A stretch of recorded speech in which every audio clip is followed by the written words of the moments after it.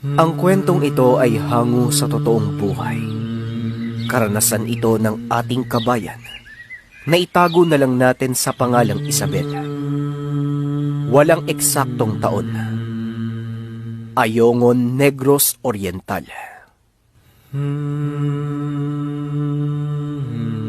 Kakatapos pa lang ng kasal ni Isabela sa kanyang asawa, na itago na lang natin sa pangalang Edgar.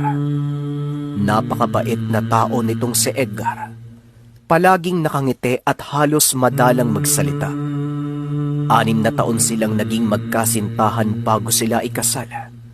At sa hinaba-haba ng panahon, walang kamuwang-muwang si Isabela tungkol sa tinatagong lihim ni Edgar.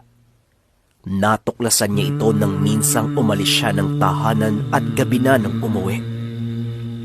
Habang papasok sa kanilang bakuran, napansin niyang walang ilaw ang bahay. Inisip niya na baka lumabas si Edgar kaya pinatay ito. Ngunit laking gulat niya nang makita ang asawa nakaluhod sa gitna ng bahay at walang suot na saplot. Napatakip din siya ng ilong nang maamoy niya ang usok ng kung anong inilalagay ni Edgar doon sa baga. Nang nilapitan niya ito,